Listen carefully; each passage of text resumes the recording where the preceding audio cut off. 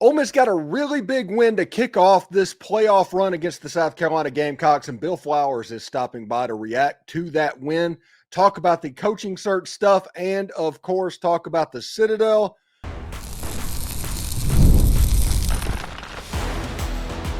You are Locked On Ole Miss, your daily podcast on the Ole Miss Rebels. Part of the Locked On Podcast Network, your team every day. Welcome to the Locked On Ole Miss podcast. I'm your host, Stephen Willis, a tenured veteran member of the national media and a former Ole Miss staff member. We bring in Bill Flowers, a former wide receiver and Ole Miss legend, to talk all about what happened against the South Carolina Gamecocks and what is coming up down the road. Thank you for making Locked On Ole Miss your first listen every day.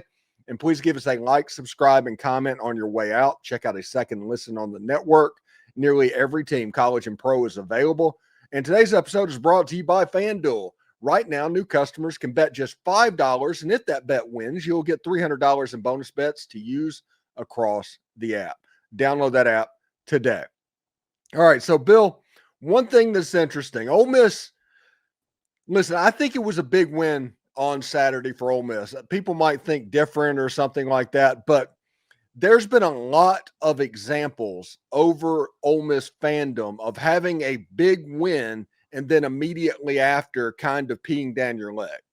I mean, that has happened multiple times in fandom. So this South Carolina game was a definite trap after the big win against the Oklahoma Sooners. Ole Miss was able to kind of ho-hum, win that game, cover the spread, run the football. Keon Lacey had a star turn, by the way, in that game. But with what you are looking at, Ole Miss is now positioned to where every single SEC game left is potentially the biggest game in Ole Miss history because of what it means. Yeah, I think this was a big win for Lane Kiffin and his coaching journey. I think that him being able to, a la Kentucky game last year, the expectation is for you to win that game, is for you to handle the pressure and the expectations the way that you're supposed to. And I think that shows the maturity of the team, the coaching staff, and that's where I see that's what I wanted to see. I think for the Ole Miss fan base, that's a huge win, huge positive of confidence moving forward. Yeah, and the Ole Miss team in 2024, even as talented as they were, maybe lose that game against South Carolina on Saturday night, because once Trinidad Chamblas did not have his fastball, and he absolutely did not have his fastball in that game, Ole Miss last year did not have a plan B. This year is like, hey, give the ball to Keon Lacey, let's play some defense, run the football, and win this game going away. And Ole Miss scored 30 points on a night where everybody is teeth gnashing about how the offense looked. Think about that for a second. Yeah, I think that's definitely the missing piece of last year was the running back. We were one running back away from making the playoffs and so on. From 12-0, honestly. Yeah. No, I definitely believe that with the much talent that you had last year, you were one piece away. And that was the missing piece. And because you can't be one dimensional, and you can't be one dimensional with one player, with a quarterback saying, well, if he can't throw, then we'll run him. You just can't do that. So that was a big, I think if this, like you said, if this team played South Carolina last year, there's a good chance they lose. Played like that against South Carolina last year. Yeah, because you did South Carolina last because year. you did not have if you're gonna, you had to be two dimensional. Yeah. And by the way, from that South Carolina game, I just don't get the Lenore Sellers hype that happened, and we heard all offseason going up to the season about how he's a changed man and can throw the football. And Sellers, now that was a pretty pass on the play where Sellers throw it as far as you can and Nick Harbor run as fast as you can for a touchdown. But overall, Man, he's not a good quarterback, is he? I think you I think a prime example is what's his name? The guy at the Colts who came from Florida. Anthony Richardson. Anthony Richardson. I think he's a prime example of sort of the college. So take college, like high school into college, and then you go from college to the NFL. Anthony Richardson was a pure athlete. He was a freak. He was amazing. And there were times where you know, his ability could just, you know, shine and win games. But there comes a point in time where you're going to have defenses start to recognize, well, this is how we neutralize this player. He's got a lot of talent, but is it, you know, is it crisp? Is it clean? Is it consistent? And that's what really separates the college player going to the NFL and being a starting quarterback and being consistent and being really good. So I think that you've got with Sellers, you've got all the talent, but how consistent is he? If you design a defense to really try to take away, you know, his skill set, are you going to be able to neutralize him? And you're seeing stuff like that when you get that unique freak in 1 year in college football. You know, it's hard to really adjust to it on the run. Whereas you have another year, you can start game planning around that. And so I think that's what you're seeing. Yeah, and Pete Golding, listen, you didn't think anything above it, but Ole Miss at times during that game rushed 2 players, and they did the Johnny Manziel 2 spies out there, and they just waited on Sellers to commit. Exactly. And Ole Miss had 6 sacks, and it's really good to see, Bill, thinking about this game. The defense finally is making explosive plays. They're getting turnovers, sacking the quarterback. The stuff that they did pretty well last year, it's finally starting to come along. Yeah, I you know, you when you have a team, when you have a quarterback that has the ability to run and to beat you with his legs, you know, he's not really accurate all the time. It's much easier to do what they did on South Carolina versus a Georgia game where you know they're going to pound it down your throat. I think, you know, we all wanted to see against Georgia us take the fight to them, to be super aggressive, to not, you know, allow the defense to be 5 yards, 3 yards, you know, across the line of scrimmage, then hitting the running backs. So you're looking at a different kind of game strategy. You know, if they make the playoffs, you're not going to be able to you know, to drop 8, but then rush. You're going to have a much more of an aggressive style of offense to where you're playing a really good run teams who can kind of, you know, mix it up on you. So, you know, I think that when you played against South Carolina, that essentially you say, if you can take the game out of Sellers, you win the game.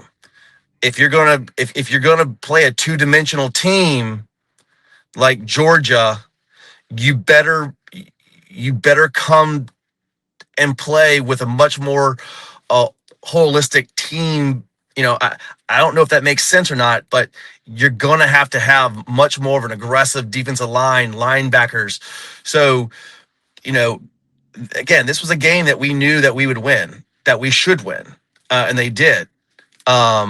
I think where we really will see is this team coming into its own defensively is when you're playing more of an aggressive run team who can really throw the ball well, where you've got to get to the quarterback. You've got to do that. So I was glad to see us do that, but um, with the scheme that we played with against South Carolina, but Florida's going to be a lot better. I think Florida's going to be more of a challenge where you're going to have to bring more of a traditional, like we did last year. This is what we're doing. We're bringing the heat. We can't just rush two defensive linemen. We're going to have to play holistically together and really bring that pressure that we want to see. Yes, when we come back, we will turn our attention to the Citadel and what games like this, how they can benefit you. We're talking with Bill Flowers. This is the Locked On Ole Miss podcast. More to come right after this. Now, but first, I do want to let you know the NBA is back, and there's no better place to get in on the action than with FanDuel. It is the official sports betting partner of the NBA. Even if you missed the start of the game or you want to ride the hot hand, FanDuel has live bets on absolutely everything from who will score next to fourth quarter comebacks. Plus, you can even combine those live bets into a same-game parlay for a shot at an even bigger payout. It helps keep every game exciting, especially when your team is making that late push. Right now, FanDuel is giving new customers $300 in bonus bets when you win that first $5 bet.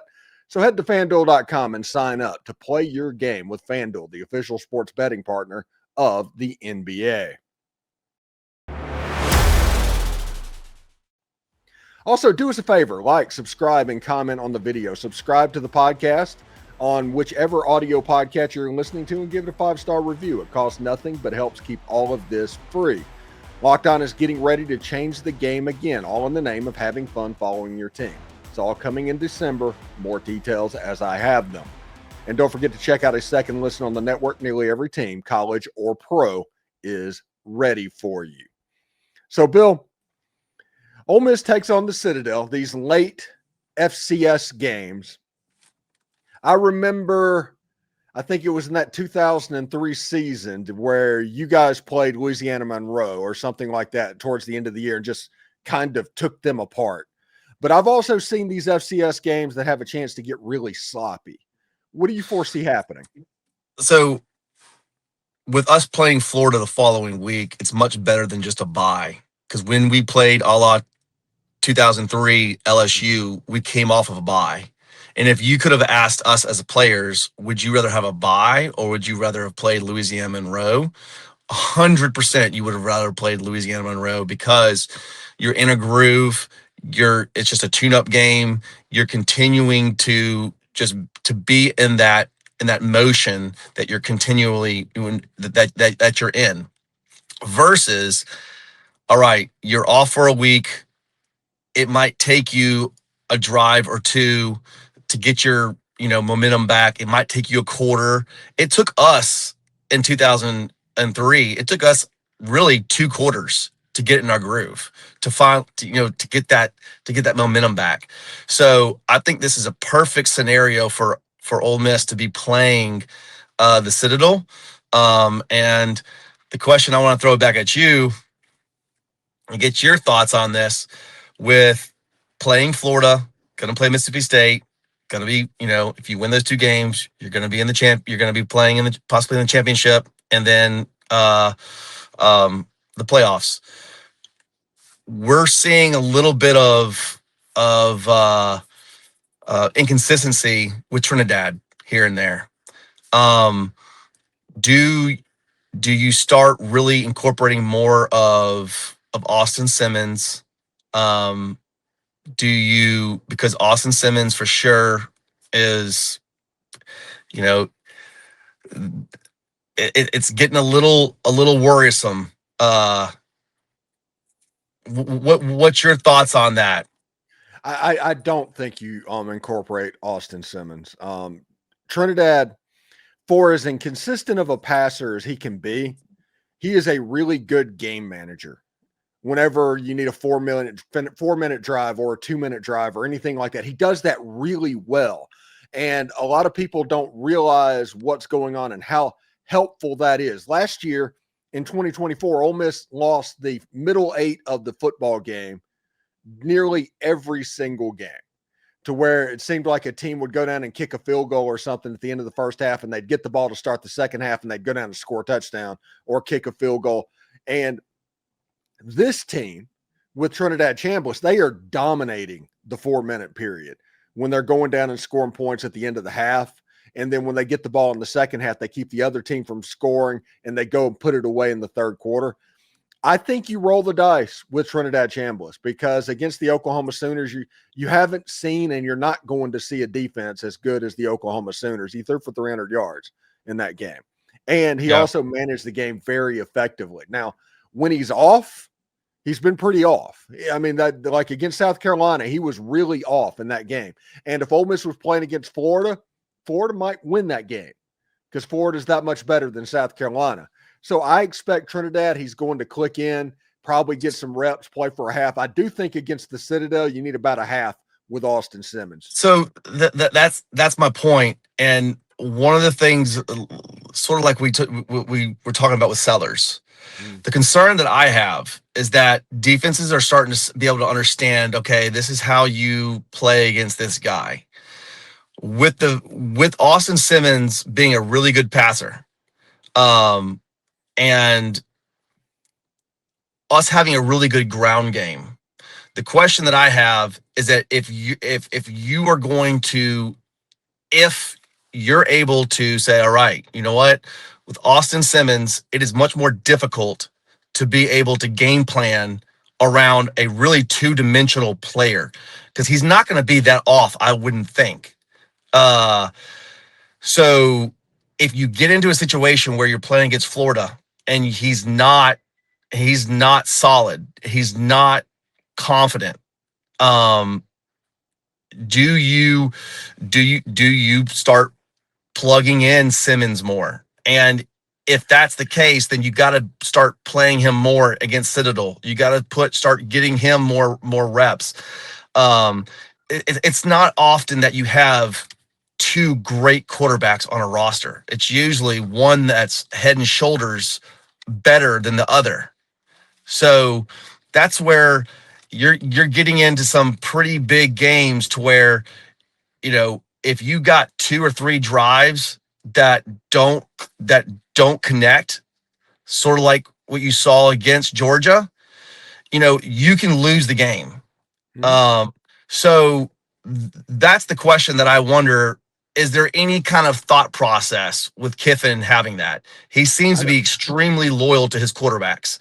So probably not, but that is a concern that I've got, is that if Trinidad is not. By the way, Matt Corral threw 6 picks and got to stay in the game. No, exactly. But you didn't have somebody behind him that, you know, it wasn't like you had a Matt Corral. I mean, you had Austin Simmons, who's supposed to be the number one guy. He was the number one guy. Then you had this lightning in a bottle behind him that no one knew about. If that lightning in a bottle starts to fade a little bit and isn't able to give you what you need, look what you have to kind of, you know, come in and revamp what you need. That's the only concern that I've got. It just seems to be that you're going to have, you know, I would just like to see Austin Simmons get ready to where if they need him, he comes in and it's not like he's completely cold. He's getting reps. He's getting game time action. So that's my only concern. That's what I think would be best for the Citadel game is to see him get, you know, at least a good quarter in.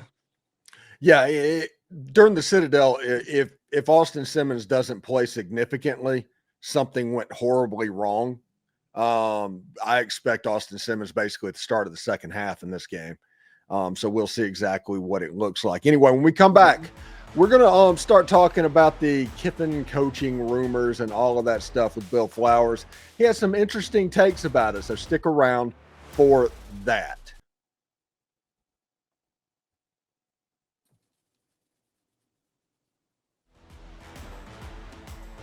All right, coaching rumors. We've hit that point of the season. Bill, I always say this is kind of like the Dark Knight Rises, and all these new teams get real excited about a coaching search, and they're like, we're coming for your guy. And they're like, why isn't Ole Miss people really upset about this? And that is because it happens every single year. It basically goes according to the script. But the rumor that is out there, and it's just a rumor, there's been nothing confirmed on that, is that Ole Miss is somewhere in the neighborhood of $13.5 million for an extension for Lane Kiffin. Now, Lane Kiffin's not going to sign it or do anything with it one way or another, whether he's going or staying until the end of the season. But there's apparently that offer that is out there. My question is, Bill, if Lane Kiffin somehow finds a way not to make the playoffs this year, in a situation where you have to win 2 out of the next 3 ball games, and one of them is the Citadel, basically beat Mississippi State or Florida, and you're good to go. And after that, if they give him $13.5 million, isn't that just rewarding back-to-back choke seasons? Yeah, I think that if you were to be an accountant, if you were to be just a complete black and white numbers, take all the emotion out, take all the recruiting out, take everything out, and say wins and losses.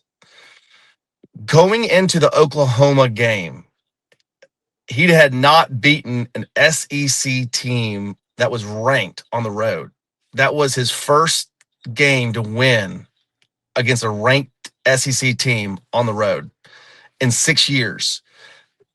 If you were to take away the name Lane Kiffin and you were to ask somebody, hey, would you pay somebody $13.5 million if they had not won an SEC road game against a ranked opponent in 6 years? They would say absolutely not.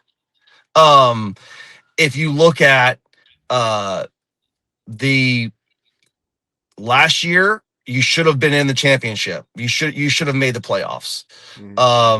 And it didn't happen. And would you say, was that talent or was that coaching? The talent was there. Yeah, the coaching roster. Yeah, so you would have to say is probably the coaching. Okay, so you look at it and you go, all right, well, the box of him winning with talent, black and white, is he didn't do it last year. If he doesn't do it this year, which I find it hard to be that he doesn't do it. Listen, is Lane Kiffin worth $13.5 million if he gets you into the playoffs this year? Yes. If he does not get you into the playoffs, every year you always hear about rumors about Lane Kiffin leaving. You know, his daughter didn't want him to leave, and it sounded like he was going to be going to Auburn, and that kind of stopped that train from leaving. His family now is in Oxford, and it seems to be a really good situation there. So from an Ole Miss standpoint, the leverage seems to be with them. You know, he's got a family there. He seems to be doing really well. And I would think that they would say, Lane, you got $13.5 million waiting for you, but you've got to make the playoffs. If you don't make the playoffs, I don't think that we can reward that kind of, you know, we're not Alabama. We're not Texas. They don't have that kind of funds. You know, every team is going to get their allocated revenue share. The parity between teams is getting much, much smaller. And the wins and losses are going to be because of coaching. It's just like the NFL. I mean, it's going to be between your quarterback and the coaching. And that's the question that you have to ask yourself.